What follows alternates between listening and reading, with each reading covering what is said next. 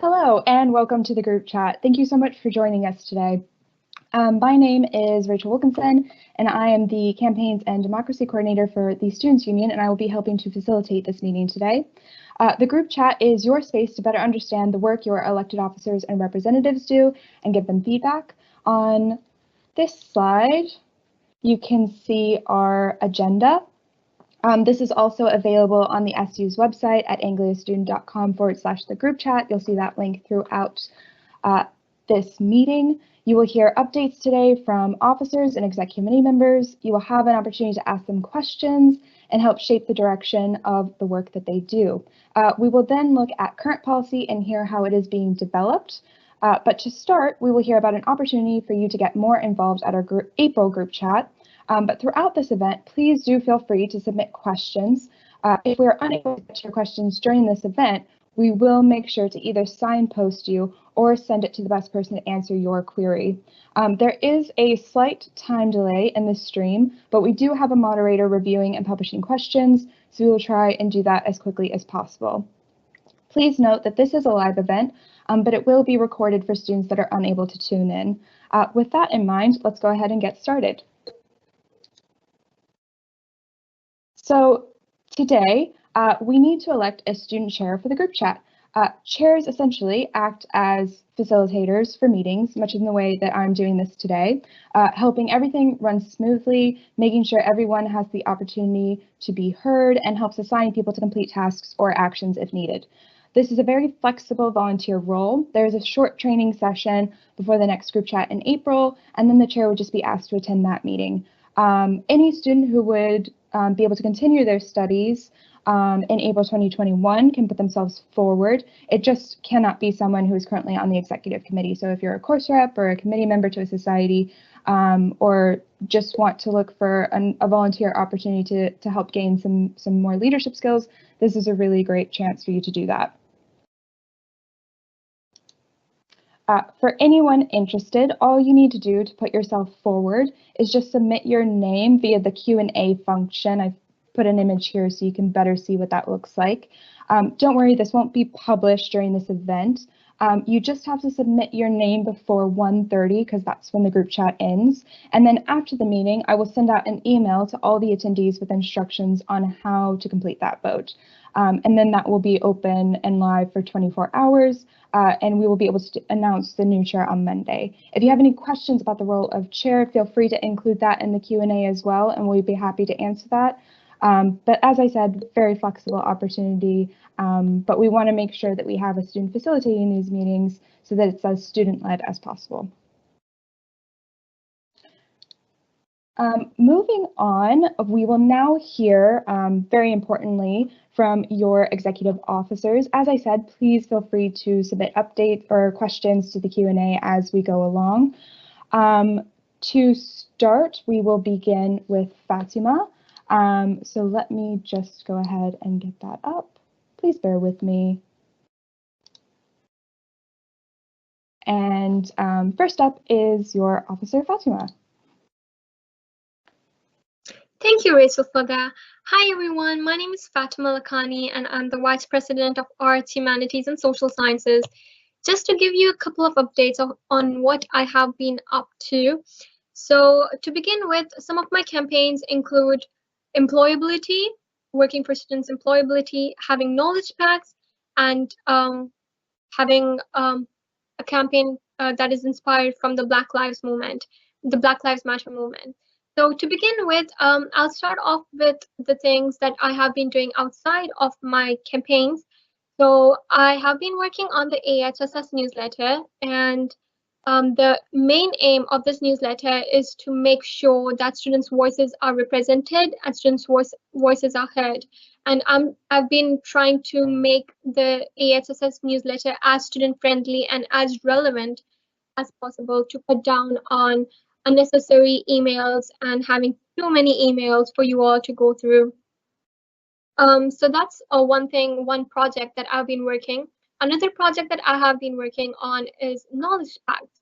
So essentially, knowledge packs are local guides that help students that do not belong from one particular area. For example, if a student moves in to either Cambridge or Chelmsford from another place and do not have an idea about what is around them, what places to purchase basic amenities like foods, clothes, groceries, and also things that include dietary specific items, for example, vegan, vegetarian, halal, whatsoever. So the guide is basically going to consist of all those things so that when the student comes into the place for study, they feel at ease mentally and do not feel pressured to find out on their own about where they can get those things from. Essentially, these are the two projects that I'm working on. Moving on to my campaigns, one of my main campaigns that I'm working on this year is to improve employability, especially within the arts, humanities, and social sciences faculty.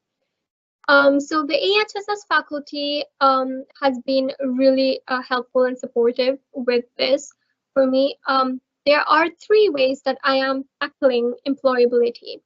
So the first way I'm tackling this is by trying to increase course-based societies. There's a direct connection between employability and having course-based societies, because course-based societies help you take your learning from within the classroom to outside your classroom, and it gives you opportunities to have more networking events, to develop your skills, to get a CV made, and also to meet people and get inspired and get ideas about what you want to do in the future. So having course-based societies. Additionally, I'm trying to set up internships within the faculty. So AHSS internships for students, and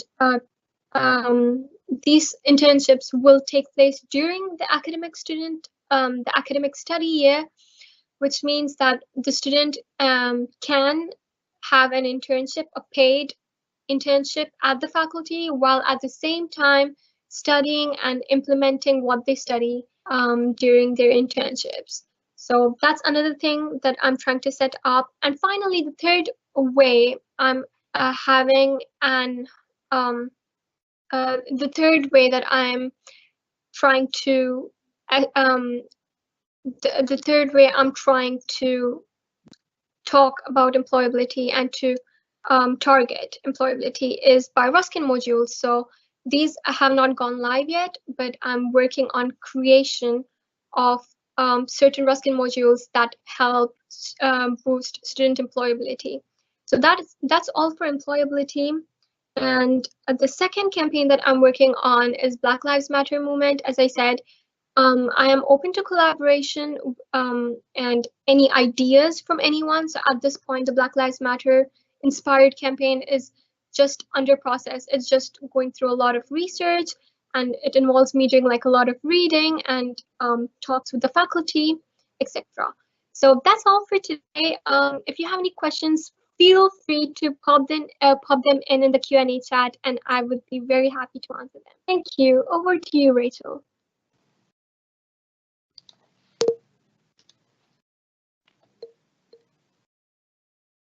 Thank you for that, Fatima. We will, as I said, be looking for questions throughout this. So if you do have questions for Fatima, please feel free to submit that and we will ask her to answer those. But for now, why don't we go ahead and move on to your next officer's update. So next up is Avinash.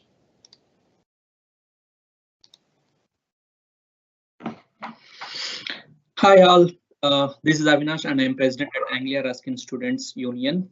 The project I am updating about the regular updates that university is supporting students on, and I'm updating that updates through my social media channels. And when it comes to campaigns, I'm working on 2 individual campaigns and 3 individual campaigns and 2 team campaigns. One is working on to set up a BAME committee. Recently, I met with Katie Potts, our EDI manager, to discuss about it on how to set up a BAME committee. As the university is planning a new strategy called institutional race equality strategy, they had set up it for 3 years action plan, and they are working on the actions. As a part of that action, they are planning to design a biannual forum for BAME students.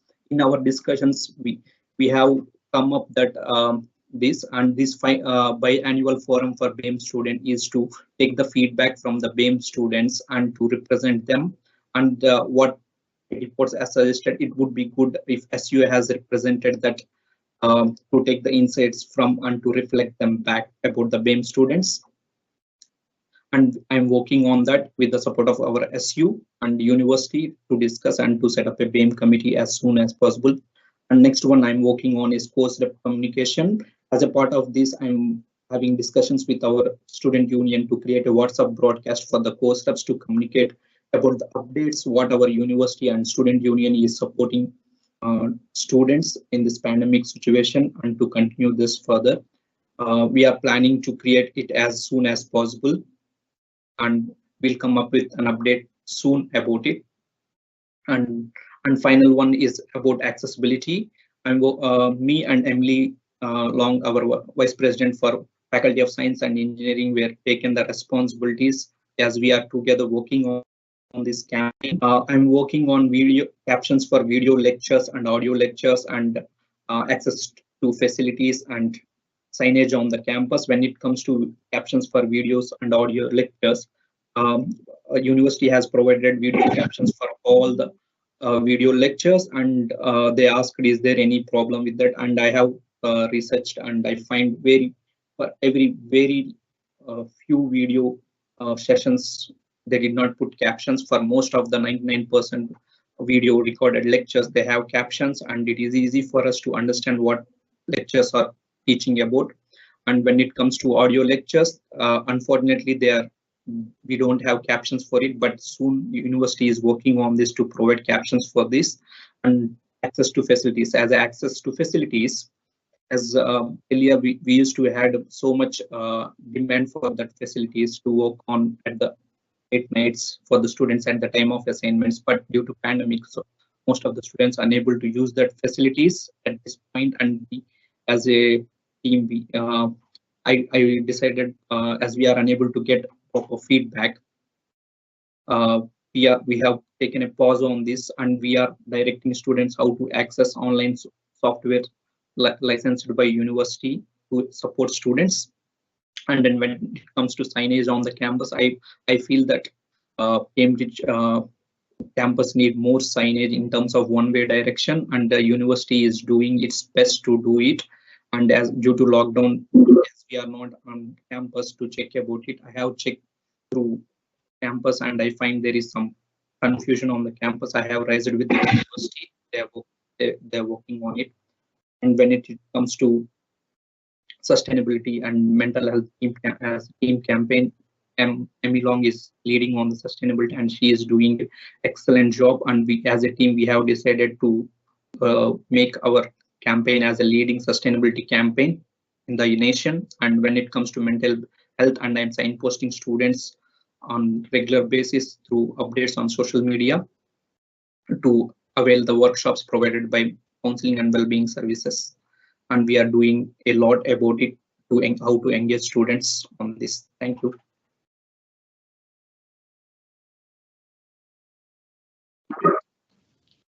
Thank you for that update, Avinash. Again, if anybody has any questions for Avinash or for Fatima regarding their updates, please do feel free to submit that through the Q&A function. Next up, we have M. Long. Amazing. It tells me to unmute, but I think you can hear me. Okay, perfect. Hello, I'm M. Long, the Vice President for Science and Engineering. Probably seen me in some sort of photos or anything. So just a brief summary of my campaigns and my updates. So my first campaign I'm working on is the ARU community campaign. This is quite a big topic at the moment, especially during lockdown and over the winter period, because it's so significant in everyone's lives, actually being part of the ARU community. So it's just about bringing people together. I've got a couple of events and activities planned over the next few weeks. So like a tea and chat, supporting the student-led groups to run their own events. One of the sort of projects surrounding within this ARU community campaign is recognising and rewarding our student leaders. So anyone who volunteers additional time, who is a rep, who is a committee member, It's about recognizing what you do and how we reward you. So things like the monthly awards, actually getting the university staff involved in celebrating you, understanding what support they can be giving you to support you carrying out your role. Something I am doing over December is a virtual challenge. That's the ARU Community Virtual Challenge. It's going to be hosted online. It's basically every day there's going to be a different challenge that people can get involved in from wherever you are. That could be things like take a photo of nature. People have suggested a pet photo competition, things like that people can just get involved with from home. Just bringing us together, and that's going to be highlighted on the university web pages for everyone to see, so everyone can get involved and see what it means to be a part of our ARU community. Next one is the communication campaign. This I've learned is quite a broad topic. There are so many different aspects to communication that I've learned over the last few months. One of the projects is staff-to-staff communication, so actually bridging the gaps between university staff and students' union staff so that we can get our messaging together and actually support students better to support you. So one of the sort of projects within that is the SU Town Hall. So the students' union actually presenting to the university what we do and how they can get involved, and vice versa. And I've been attending all school staff meetings within my faculty, so the faculty have been really responsive to this and actually accepted quite a lot of the suggestions I've made. And one of those is me going in and talking with all school staff about their communication and what we can be doing to bridge gaps. The next sort of branch of it is staff to student communication, so bringing course reps into faculty meetings, having weekly rep catch-ups with the rep coordinators and faculty reps.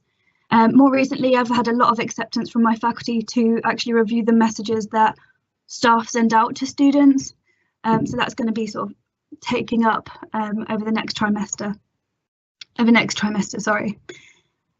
Something I do need to work on myself is my own sort of social media and updating on the website. So it's a challenge I've now set myself to get better at. So yeah, the next campaign is accessibility. This has been more reactive over the last few weeks because the pandemic has significantly impacted everyone's access to their education, the facilities, support and resources that they need. So obviously Avinash gave you a brief summary. I've been working with him on this.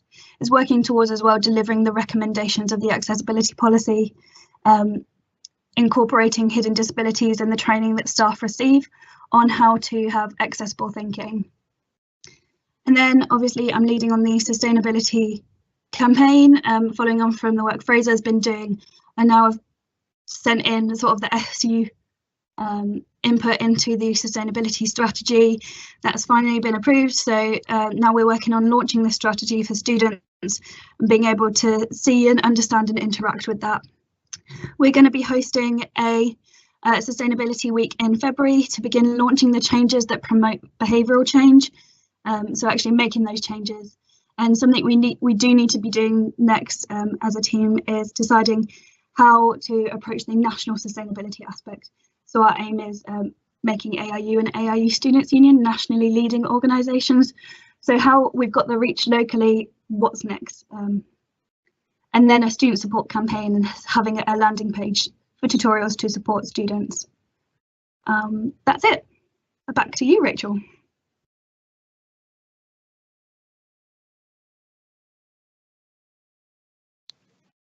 There we go. Thank you so much for that update, Em. Again, if you have any questions specifically for one of the officers, please include that in the Q&A. If we've got some sort of like broader questions, we will save that for the end of this section for any of the officers to be able to answer. Next up is Omkar with his update.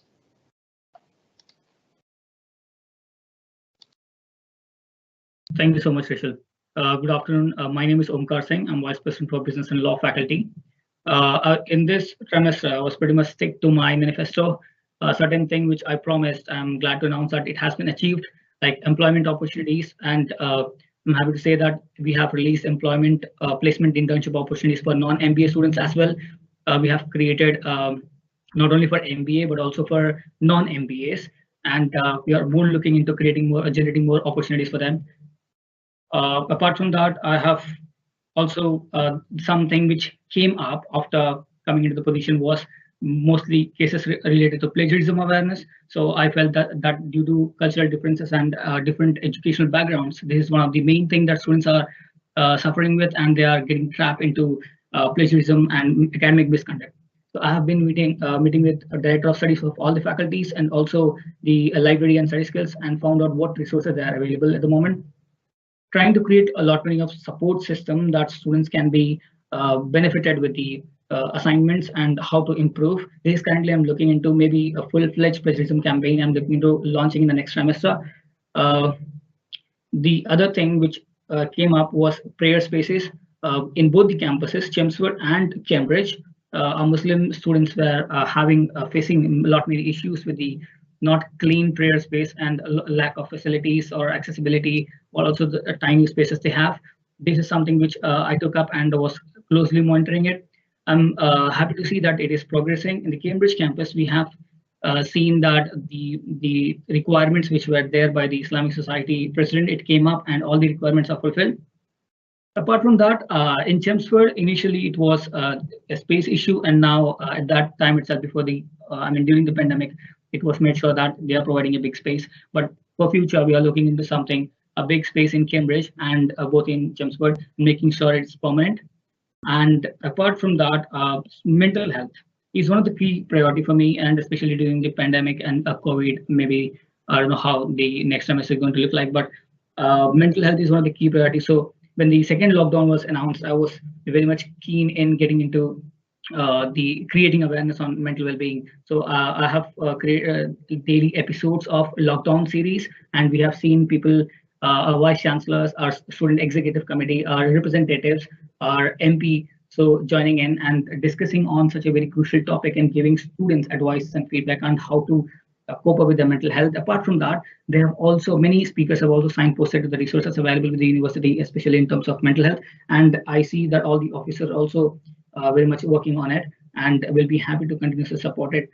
The next thing I'd like to say that representation and communication is one of the very crucial thing which I feel as my responsibility, apart from the campaigns. So I have created a ARU Business and Law Facebook community, specifically business and law students in Cambridge and Chelmsford, mostly focusing, bringing along the students of these faculty in one specific community, discussing about the key issues. So we have seen a good number of students, like 170 plus students there in that group, where we discuss and we network, we communicate about any issues, any challenges, any opportunities, and it is quite engaging. Glad to say that. And apart from that, the course reps and faculty reps, we have specific groups where we continuously engage and we try to bring any issues which come up and quickly address it. I share a very good relationship with the faculty internally, and even I'm happy to say that all the issues which are coming up are easily resolving. I understand initially it was not the time doubling issue which came up. I continuously lobbied and made sure that it is resolved as soon as possible, and I'm also trying to make sure the next trimester it should be smooth enough. Apart from that, as a part of my accountability and transparency, I'm continuously updating on social media as a weekly updates. I update on Canvas style, which is available on the Canvas on the application, YouTube Students Union channel, SU website, and Facebook, and sometimes on IGTV, and monthly newsletter Fable. Fable is specifically for the business and law students, where it is very exciting to see. It gives a very good amount of opportunities for the students as well to interact with them. Apart from that, one of the major campaign which I'm currently working on is the Incubation Center. The Incubation Center is basically getting along the students communicate with external companies under one platform. So we have all the students of different disciplines at one place, and all the external companies as well.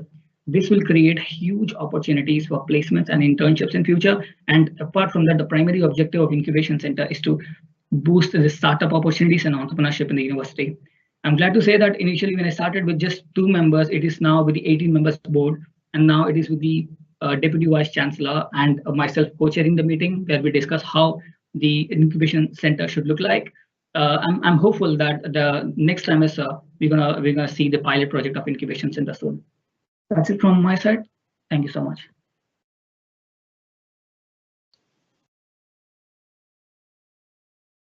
Thank you very much for that update, Omkar. Moving on, our next, last but not least, I should say, officer to hear from is Riya. Riya, can we hear your update, please? Yeah, thank you very much, Rachel, for that. Hi everyone, my name is Riya and I'm the Vice President for Health Education, Medicine and Social Care. Accommodation, so it has been my primary campaign and I've been lobbying for stable accommodation for students who actually joined in January and do not have a one-year contract, and I was lobbying for a one-year flexible contract. And I'm glad to announce that the accommodation team has been considering it and it might be on their cards soon. Next I'm working on is the journal for the Faculty of HIMSS. This will be a journal for the faculty of and we might look into expanding it across all faculties if it is very successful, which hopefully it is. And this will comprise of the students' achievements and yeah, so this will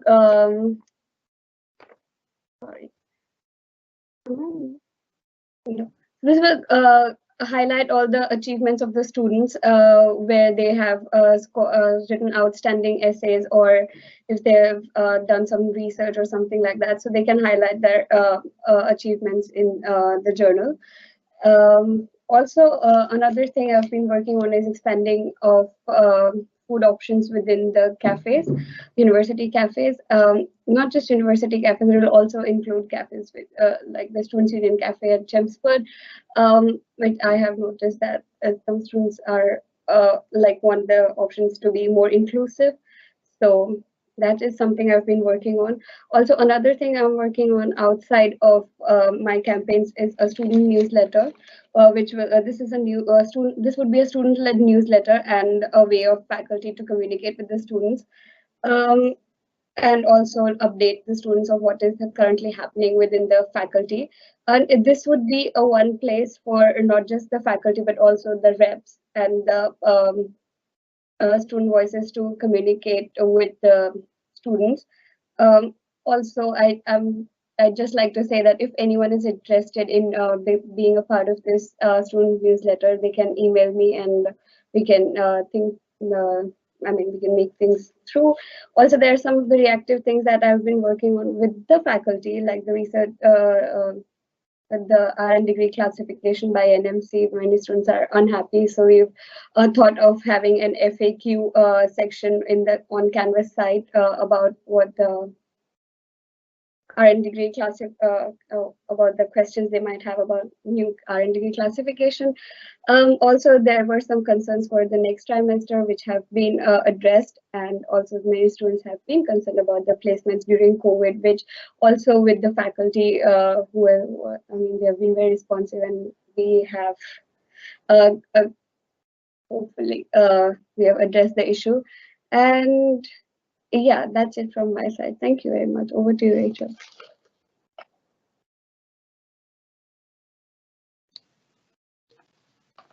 Thank you, Riya, for your update, and thank you to all the officers for preparing their updates today.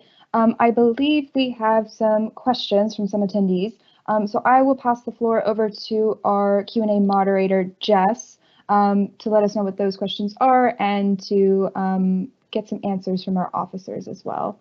So Jess, let me, oh, there you are.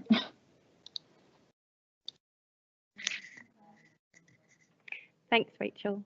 I'm just going to go through the list in terms of the questions that we've received so far. So if any of the officers can sort of raise their hand if they're wanting to answer those. The first one that we've received was about peer support and campaigns to help with loneliness, because apparently it's not always considered as a mental health problem. So it was to get your thoughts on how that could be addressed, if possible.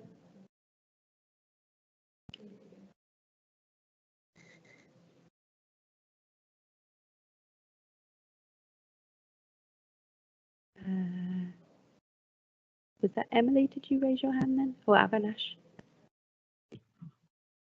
Or Omkar? I think Rachel, if you're able to go to one of them. Yeah, thank you, Rachel. So actually, during the lockdown phase, I was speaking to Dean of one of the faculty, Laurie Butler. He was saying that this is one of the very important issue, loneliness, that students are struggling with. And he said that there are resources in the university, like a FICA app. And apart from that, there are a well-being team, which is looking into providing students to cope up with how to cope with the loneliness. So he gave certain tips on like to cope up. You need to manage, some self-development sessions that you have to do. So I think apart from that, utilizing the university resources will be very much helpful. We'll be happy to provide any other, if you need, you can just get in touch. I'll be happy to provide any signpost you to the exact resources. And if any of the officers has anything to say.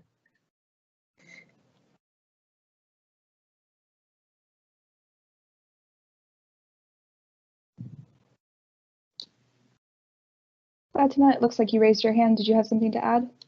Yes, thank you for that. I completely agree with what Omkar said. There are a lot of resources under the mental health and well-being section at my Anglia, but at the same time, I'd like to put out there that I am also hosting study with me sessions. So these sessions are hosted and held in collaboration with the peer mentors. And these are open for, because these are virtual, any ARE student can join in. Currently, we are looking into multiple days. One fixed date that we have is Monday from 6 to 7 p.m. So these sessions, we all come together and we spend time studying together, share motivational tips, and kind of build that little community and peer support among each other. That's all I'd like to say. Back to you, Rachel. Thanks. I'm going to send it back to Jess, actually, for any more questions. Great. Thank you both for your updates on that. The other question that we had in the Q&A section was, where do we raise a change in policy? Would anyone like to assist with that? I think maybe that's something I can answer. Hang on, let me just send myself live. There we go. So if you would like to update an SU policy, you can do that for the April group chat for the 2021-2022 academic year. So for that group chat, we always ask students or anybody interested as a student member at ARU to submit policy ideas that they have, and then those are voted on by the wider student community at ARU.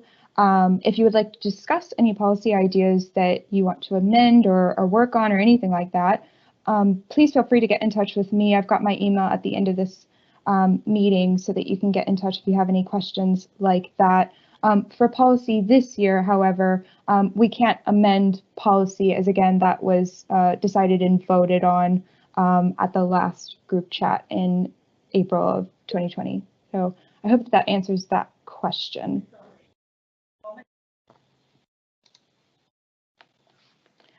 Jess, do we have any other questions from the Q&A? There was one listed before, which I'm not sure whether it's been removed or not, but it was around thoughts on our sort of SU from a no detriment policy.